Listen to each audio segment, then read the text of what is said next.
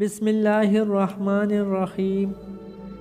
چوہا گھی میں گر جائے تو کیا حکم ہے؟ حضرت میمونہ رضی اللہ تعالیٰ عنہا سے مروی ہے کہ ایک چوہا گھی میں گر گیا تو حضور صلی اللہ علیہ وسلم کو اس کی اطلاع کی گئی تو آپ نے ارشاد فرمایا، چوہے کے چاروں طرف سے گھی پھینک کر باقی گھی کالو۔ جمے ہوئے گھی کا حکم۔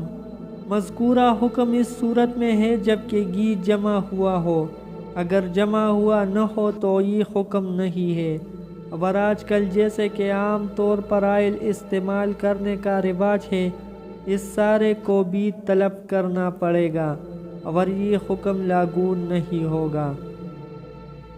حضرت ابو ہریرہ رضی اللہ تعالیٰ عنہ سے مروی ہے کہ حضور صلی اللہ علیہ وسلم نے ارشاد فرمایا، جب چوہا گھی میں گر کر مر جائے تو اگر گھی جمع ہوا یعنی بستہ ہو تو چوہے اور اس کے چاروں طرف کے گھی کو پھینک دو، اور اگر گھی پگھلا ہوا ہو تو پھر اس کے قریب نہ جاؤ۔